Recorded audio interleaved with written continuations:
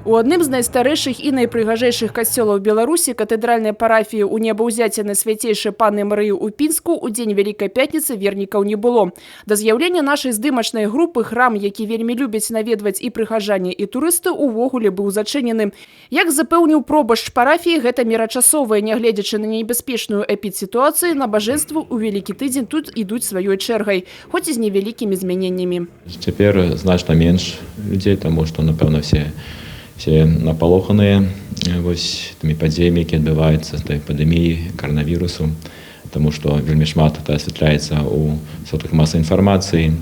Таксама наша святары, іерархія таксама заклікае быць асцярожным. Мы перасцерагаем людзей, кажам, чтобы захоўвалі меры бяспекі, але нікому не забараняем прыходзіць.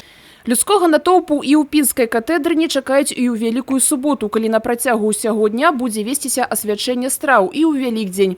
Па традыцыі ў гэты дзень у храме адбудзецца 3 святыя імшы, 2 па-беларуску і 1 па-польску. Заўтра у нас будзе пасвячэнне пакармаў, напэўна, што будзе крохі больш людзей прыходзіць, да.